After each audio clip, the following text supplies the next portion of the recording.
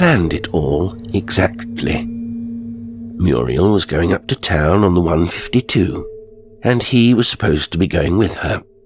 They were to be independent of each other till 4:30, when he was to meet her for tea at the Chadwicks, and they were coming home by the 6:05. He told Muriel to start for the station ahead of him, as he might be kept late at the office. It was a necessary part of the plan that he should not arrive on the platform till a minute or so before the train started. He had taken his ticket beforehand at the office in the town where they knew him well, and where they entered up the number of each ticket in a ledger. The train was in when he reached the incline leading up to the station, and the big engine, shining in the sunlight, let off important clouds of steam and uttered every now and again a raucous, sustained snort. Morris pulled his hat over his forehead, took a platform ticket, and hurried through the barrier. As he expected, Muriel was in the very front of the train. She gave him the inexpressive smile which she kept for public occasions. "I've kept a seat for you," she said, with a hint of emphasis in her even tones, suggesting that the keeping had caused some resentment to the other occupants of the compartment. She would get her own way, but she was perhaps just as glad that he had turned up to prove that she was keeping the seat legitimately. "Thanks." He stood fumbling at the pockets of his overcoat, which was hanging open. Then he looked up at her with a well-feigned dismay. "Oh, Lord, I've nothing to read. I must get a magazine. I've just time." "Morris, surely. The train's just off." "It's all right. I'll get in farther down." And he ran down the platform without waiting for further argument. General waiting room. This would do. He dived in, huddling down into his coat, and a minute later had the satisfaction of seeing the train slide past the yellow windows. Almost at once, a little crowded local came bustling in, and it was easy to join the crowd and give up his platform ticket at the barrier. The collector was too busy to do anything but watch the hands that offered him tickets. That was all right. He had a clear hour now. He would go back by a different bus route, which landed him 1/2 mile from home, and get into the flat by the back way. There was a bare chance that someone he knew might see him, but it was very unlikely. And after all, one had to take some chances. He had lots of time to dodge back by the most improbable little streets. What was that tag out of Patience? "You can't love 2 women at once," or something to that effect, to which the fool answered, "Can't you though?" Morris's face twitched. He had had ample opportunity lately to consider that proposition in all its aspects. You might be able to be in love with 2 women at once, but you couldn't carry on the business as if each was the only one, and cope with a full day's work as well. Since Merrick had been ill, he'd had more than he could manage at the office. Scarcely time for Muriel, let alone Vera. Hell. It all ran round his head like Catherine wheels. Great aching circles of fire. He had all he could do not to stand still and stamp on the pavement and cry out in sheer nervous exasperation at the burden of it. Steady, though. He must keep a clear head for what lay before him. The problem was going to be solved all right. The Gordian knot cut. He gave a quick little snigger, tucking his chin down inside his coat collar. That was more like it, perhaps. Something had to be done. To go on as he had been was simply to court a breakdown, and he knew what a nervous breakdown meant. Collapse, mental and physical. He had had as much as he could stand. Just about as much as he could stand. No one knew him on this bus route. Strange in what narrow channels the streams of a community ran. A small town 50 miles from London. Yet by simply getting into a bus that travelled almost parallel to his own, he was plunged at once into a quite unknown stream. People whom he had never seen, and who had never seen him. It was 20 to 3 when he walked up the back stairs to the flat. He had put on his shoes with the crepe soles. No one heard him, no one saw him.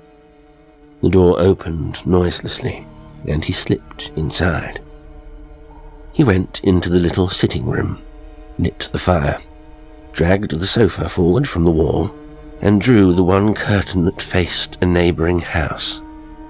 Then he went into the bedroom and returned with an eiderdown and a rug, which he threw over the end of the sofa.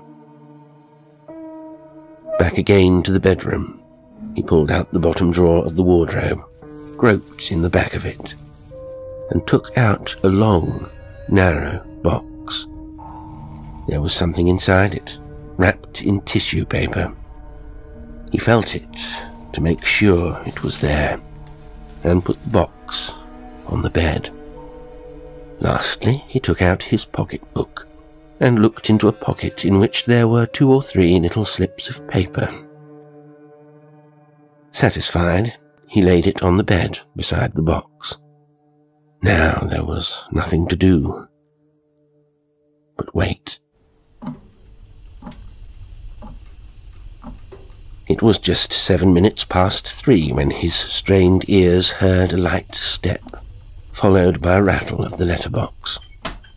Instantly he was at the door, and the tall, graceful figure stood silhouetted, smiling before him. It was a picture he had seen very often in the last 6 months. The same actions and sensations were precisely repeated. Her soft, "Hello, Morris, dear," the shutting of the door, the darkness, her cool fragrance as he penned her in against the wall and took her in his arms. Then, with a trembling hand, he opened the sitting-room door and she stepped in front of him, taking in everything with a glance, pulling off her fur gloves, making some trivial remark, still smiling. What was it that made her so damnably attractive? She wasn't beautiful, with her snub nose and her wide, strong mouth. Her hands and feet were rather large, too. Yet she had some indefinable neatness, an elasticity, a buoyance in her step, the carriage of her head, something provocative and yet endearing, which made people call her Little Vera, though in fact she stood well above the average height. It was an outside which expressed uncommonly well her vivid, careless personality. Her marriage had not been a success, far less of a success than his with Muriel. She admitted that. Yet she made light of it, never complained, appeared philosophically to take it as all in the game. "Oh, I thought that was part of a wife's job," she would say, and smile at him with innocent eyes as he scolded her for not resisting some fresh enormity. He watched her now as she took off her scarf. She always stood in front of the fire to do this, and put it with her gloves on the corner of the mantelpiece. Then he would take her hand and lead her to the sofa, sitting her down beside him. "Well, little Vera." "Well, how are you?" "I'm all right. How are you?" All prelude to the first kiss upon her cool, steady lips. It always smelled of lavender. Well, since he could no longer bear the strain of both, it had to be Vera or Muriel. Vera was an exotic, a temptress. Muriel was his own, his companion, till death them did part. Death? Good Lord, they were right about hell being here on earth. Even the good times were paid for by wretched fits of nerves and depression. The notes, the furtive appointments, the necessity of finding out where Muriel was going to be. He wasn't made for carrying on an intrigue. What seemed to exhilarate some men only tormented him. The sense of treachery. Absurd, illogical. Oh, he knew that. He had reasoned it all out long ago. Yet he somehow found it hard to meet Muriel's eyes. The affair wasn't really serious, in the sense that it would have been if Vera and Muriel were rivals. There was no question as to which of the two he chose to live with. In that, the fundamental sense, he was perfectly loyal. Yet, telling himself all this savagely over and over again, he felt guilty and, latterly, distraught. It had become unbearable, and he would end it today. Even with the familiar cool touch of Vera's lips upon his own, he was resolute. Gently, he loosed himself from her. "Just a minute," he whispered, and made a little gesture toward the next room. She held him with her eyes, looking up into his, strangely earnest. "Don't be long," she said. He tried to speak, swallowed angrily, and answered, "I won't," more loudly than he had intended, then went out and closed the door.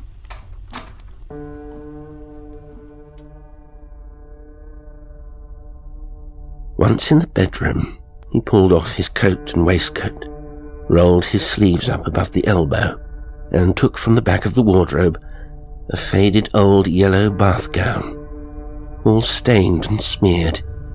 He had used it to protect his clothes while making up a troupe for amateur theatricals, and the front of it was a mass of grease paint. No one would be likely to find it, stuffed away in the bottom of the old trunk whence he had that morning taken it out. He stood for a moment in front of the long glass, looking at himself. A pale, serious face looked back at him. The brown eyes confessed nothing of their intent. They looked the same as usual. Turning away with a sigh, he picked up the box and the pocketbook. This was a time to act on impulse. He did not know when the chance would come. He went back to the living room, softly closing the door behind him. Vera was sitting on the floor in front of the fire, holding out her hands to it. The red, steady glow fell softly upon her bare arms and shoulders. She did not look up as he came in. Moving very softly, he came behind her. With demoralizing suddenness, his heart began to beat frantically, like the crying of a bird upon which a cat has pounced. Steadying himself, he put the pocketbook on the sofa and opened the box. Vera half turned her head at the rustle of the tissue paper. Then she leaned forward and laid it sideways on her knees, with a little contented sound. She was waiting for his arms to steal round her and draw her back to him. Very quietly, he put the box down beside the pocketbook. In his right hand was a long Indian knife with carved blade and handle, and his left hand moved across to join the other upon the long hilt. He took a step forward. "Maurice." It was a slow, lazy whisper.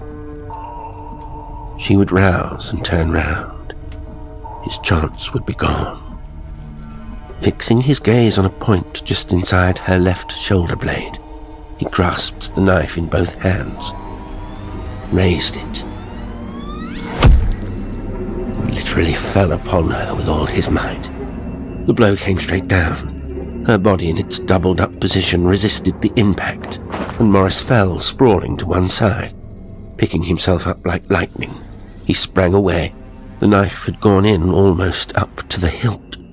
For a moment she remained doubled forward, her head on her knees. Then the head craned back. She tried to straighten herself up, stuck, like a hen he had seen crushed by a car, desperately trying to rise, and fell suddenly sideways. She kicked, thrusting one foot against the stove, but seeming not to feel it. Her hands reached out, clutched the sofa, and she began to drag herself up. Her head was thrown back, the forehead a mask of wrinkles, her eyes staring, fixed on the wall, seemingly quite unconscious of him, and through her open mouth she made a queer, indrawn sound. As he watched, she pulled the top part of her body upright, leaning backward over the knife, farther back, her lips drawn away from the gums. She coughed and went all limp, rolling over with her face toward him on the carpet. Her eyebrows rose once or twice, as if in surprise. Then her face became sleepy and peaceful as a child's. She uttered a little gentle sigh, and was still. It was a full minute before he dared to move. His hands were shaking uncontrollably in reaction from his effort. Holding them out in front of him, he steadied them somewhat by an effort of his will. Then, going as near to the window as he dared, he scanned the front of his bath gown. Not a speck of blood on it. One long streak on his right forearm, that was all. Get rid of that first. He went swiftly into the bathroom, and in a few seconds that splash of evidence was gone. Now then, he must get a move on. Hesitating with his hand on the door, he had the idea that when he went in he might find her sitting in front of the fire, as before. That would be disconcerting. A mistress with 9 lives, eh? It was almost a relief to find her lying as he had left her. A dark stain was slowly spreading over the carpet. He crossed to the sofa, opened the pocketbook, and took out 3 little slips of thin paper. If they were going to get him, if he had to swing for it, he'd give the public something to talk about. This was to be no commonplace murder. Each of the little slips had typed on it a bizarre and meaningless sentence. "So time goes by, whitening old city churches," read one. That would get them guessing. Another was a text from the Epistle to the Romans about Sodom and Gomorrah. They might think he was mad, but they would notice them all right. Headlines. He might even get off as a madman. The slips were typed, not on his own typewriter, not by any means. He had tapped them out under pretense of trying a machine for sale in a stationer's in the town, while the assistant was getting him a particular size of envelope he knew was kept upstairs. The paper might be identified, though he had kept the type clear of the watermark. But what if it were? Hundreds of people used it.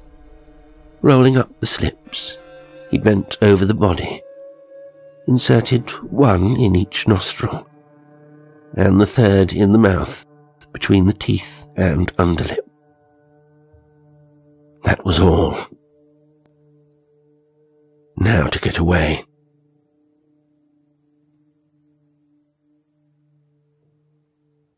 Ten minutes later, he was hurrying to the terminus of the bus which had brought him out. By good luck, he had hardly any weight at all. The winter dusk was already beginning to fall. It was a foggy, dull day. Seated in the bus, he reviewed his plans. He had a ticket which the clerk at the office would swear to giving him, and the number of which was checked up in the ledger. This ticket he was now going to use. The 3:57 would get him up to town too late to join Muriel at the Chadwicks, but in plenty of time to meet her on the 6:5 and explain that his business had kept him. That business was a weak spot, of course, but he would put in 1 or 2 quick calls which would show he had at any rate been in town that afternoon. Muriel would be ready to say he had come up by the 1:52, and his ticket would be found among the day's collection at Paddington. He only hoped they didn't check them after each train. At this end, no one knew where Vera had gone. She lived only a few 100 yards away, and she had come straight to the flat, so that her maids would be witness that she had not left home till 3. Actually, she was dead within 10 minutes of entering the flat, and he was away in less than 10 minutes after that. Flimsy though his alibi might be, this point at least was in his favour. When on earth, his counsel would ask, could he have found time to commit the murder? The 357 got to town by 4:45. From then on, he would contrive to be seen by several people. The prosecution would not have matters all their own way, even if they did run him in, unless someone had seen him coming in or going out of the flat, that is to say. And he was pretty sure nobody had. "Have you ever seen this in your husband's possession, madam?" holding up the knife. "Never," Muriel would reply, with perfect truth, for he had bought it in an old curiosity shop in Devonport a long time ago, and it had been stowed away somewhere among his things ever since. Or perhaps they didn't examine a wife when her husband was on trial. He couldn't remember. When they reached the station, he wrapped a scarf round his mouth and scuffled through the barrier with his head down, enduring as best he might the agonizing minutes before the train arrived. It was not long, but it might have been a whole year of his life. At last the train came. Getting into a carriage crowded with country folk, he at once disappeared behind a newspaper, and by a queer trick of the mind, which was a complete surprise to him, managed to forget what had happened for whole minutes together. He wasn't well. That's what was at the back of it all. He wasn't well. The strain had been taking it out of him, frightfully. The moment the train reached Paddington, he jumped into a taxi and made for an address in Notting Hill, to a friend of his who had a small one-man office, and who could therefore be relied upon to be in. Dismissing the taxi at the corner of the street, Morris went quickly along and mounted the rickety stair. "Come in and wait, back in 5 minutes," said a confiding message on a card pinned to the door. Excellent. He went in and picked up a paper. It took him 2 or 3 minutes to realize that it was the same paper he had been reading in the train. A reckless plunging on the stair suddenly announced the owner's return, and a second later he entered, apologetic and breathless. "Oh, it's you. I say, I'm awfully sorry. I was kept much longer than I expected.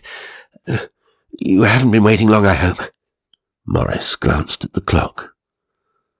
"Not long. Only about 20 minutes. "Oh, Sam, I am sorry. I'd no idea they'd—" "Oh, that's all right. I've nothing particular to do. Fact is," he forced a smile, "I was just wondering if I'd drawn another blank." "Another?" "Yes, I went all the way out to see Baines, and he wasn't in. That was good. It had only just come into his head. Baines was out that afternoon. He happened to know indirectly. He was covering up his tracks in grand style." "Oh, well," his host stretched out a cigarette case. "I'm glad you found me anyway."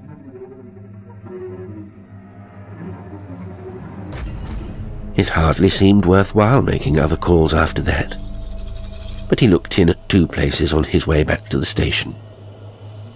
Then there seemed to be a queer gap in his memory, for the next thing he knew he found himself walking up the platform, carrying some of Muriel's parcels, with no clear idea of how he got there. "Here," she said, halting beside a door. "This will do." Going back, home, up from the station, up the stairs, in the door. He turned his mind away, rubbed a clear patch on the window and tried to look out. Lights of a factory whirled derisively by. He shuddered and steeled himself to endure the long, barren, eternal journey. Why did people nod their heads in a train, the fools? His head was nodding too, he supposed. How idiotic they must all look, nodding in fatuous rhythmic assent to some unheard proposition, replying in the only way they could devise to the unanswerable question, why did they exist at all? The whole thing was symbolic of humanity answering the major riddles, obstinate, endless assertion instead of reason, and other questions. Was she dead? Not. Did they know who had killed her? Not. Would he be caught? Not. Would he hang? The train rushed over the joints of a junction and swung away on a new path in the darkness. And every nod, every clitter-clock of the wheels was carrying him so much nearer to what had happened. He turned his mind away resolutely and tried to read the back of the man's paper opposite. Muriel was in her corner, her eyes closed, one hand delicately against her cheek. She met all the disagreeable things of life like that, gracefully, fastidiously. Her composure was very precious to her. Well, she'd need it soon. He fell to reviewing all the steps he had taken to build up an alibi. Flimsy enough they looked, full of great black gaps through which the huge arm of the law could suddenly shoot and grab him. A light shiver went down his spine. But so far he was not so much frightened of the consequences as curious, academically, disinterestedly curious, to see how it would all work out. Would the local police tackle it, or would they call in the yard at once? Recalling himself with a jolt, he fixed his eyes upon the joggling paper opposite him, and with great concentration read something very silly about an actress who was being sued for breach of contract. At last, after ages so long that his whole life, and several previous existences, seemed to have been spent in the same hideous compartment, the train slowed down, and they stepped out into the chill air of the platform. They took a taxi because of Muriel's parcels, in precisely the same way as one turns one's mind away while the dentist fixes a drill in his machine. Morris turned his mind to any externals it could seize upon during the journey out. 2 and 6, is it? He was repeating presently. 2 and 6, eh? And he took the money out of his pocket and counted it over twice, with great deliberation, before the action would register in his consciousness at all. Oh, yes, 2 and 6. The man was looking at him. Well, here you are. Good night. He was walking up the stairs, his arms full of parcels. His heart seemed to be beating distinctly, sharply, rather than fast. And at once he saw a picture of it, as a sort of cylinder with 2 convex ends, swinging imperatively against the surrounding tissues. All right, I have a key. Muriel's manner seemed a bit constrained. She had looked at him strangely, he thought. Pooh, all fancy. It shows how one's conscience can run away with you.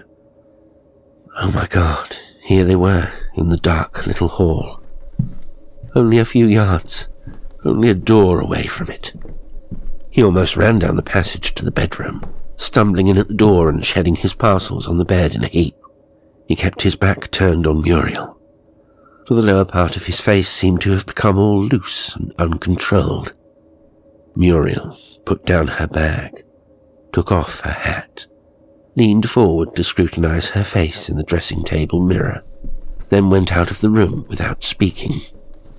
Sick and shaking, he caught hold of the bedpost and held on. She went along the passage. She was outside the living room door. No, she had gone into the bathroom. He brushed his forehead and tried vainly to moisten his lips. This was awful, awful, awful, his mind kept saying. She had come out again. He heard her turn the handle of the living room door. Switch on the light. Shutting his eyes, he nerved himself for her scream. It did not come. He could hear her moving about in the room. She...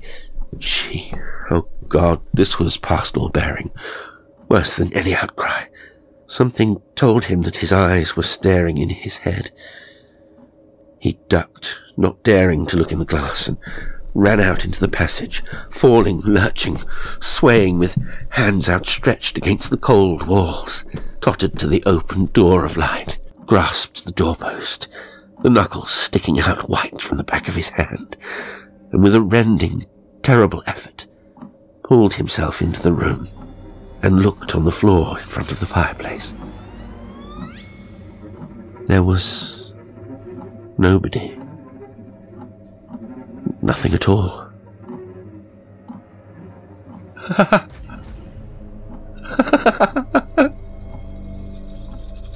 A little shrill, whimpering laugh sounded in the room, and he realized that it had come from his own throat. Frantically, he raised his eyes. Muriel was staring at him in amazement and distaste.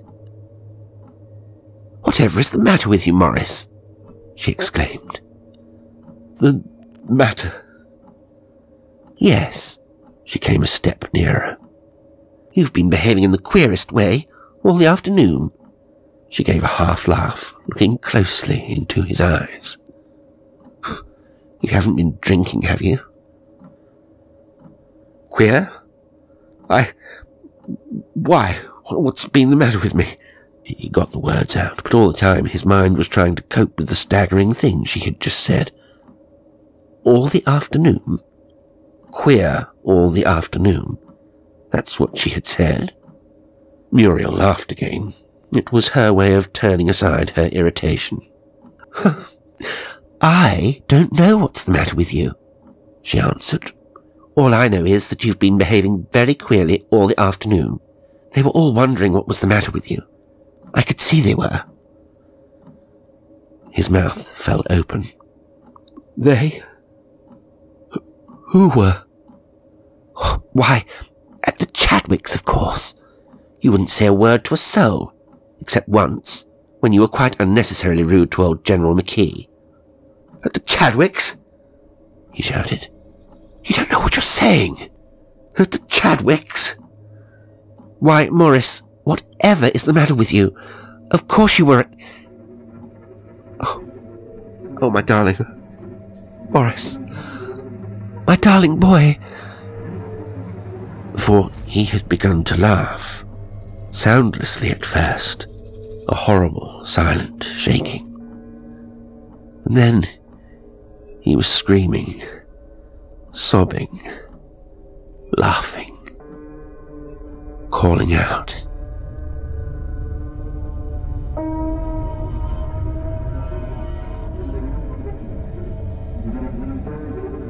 How soon afterward he did not know. He found himself on his knees, holding on tight to her, his head in her lap, and she was stroking his hair, soothing him, comforting him as if he were a tiny child. There, my darling, Morris, my darling. It will be all right. There's nothing to be frightened of. Nothing. There, darling, there." And presently he was calmer, quite quiet. He knelt, his arms around her, looking over toward the bookcase with wide eyes, realizing the truth, the breakdown, what he had been afraid of. It had come. This was it.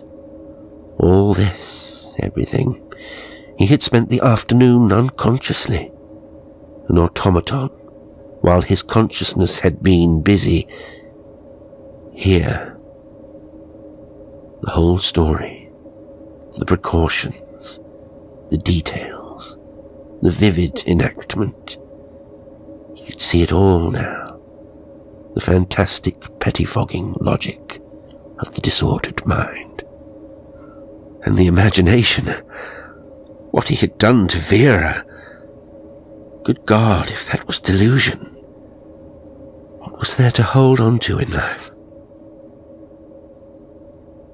Steady. That was the way to go off again. He held on tight to Muriel for a minute.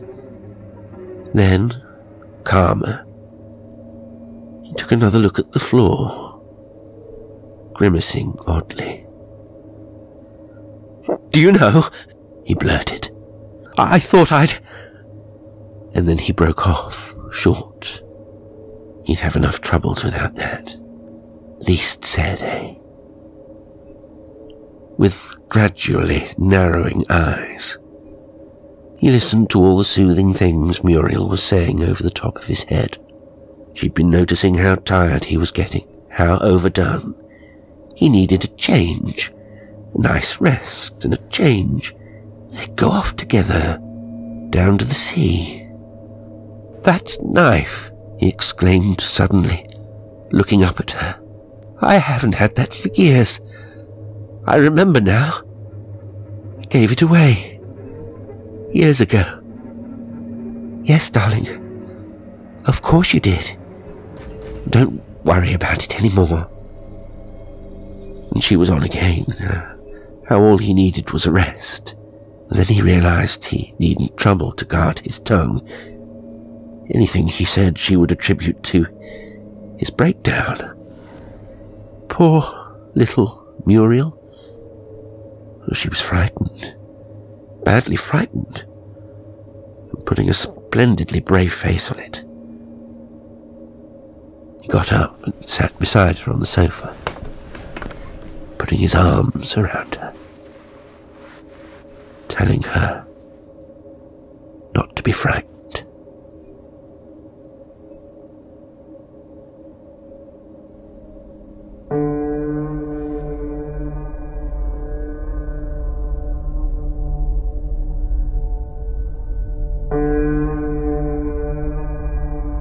Today's story was Breakdown by L.A.G. Strong. It was read by Jasper L'Estrange. As ever, I sincerely hope you enjoyed it, and until next time, sweet dreams.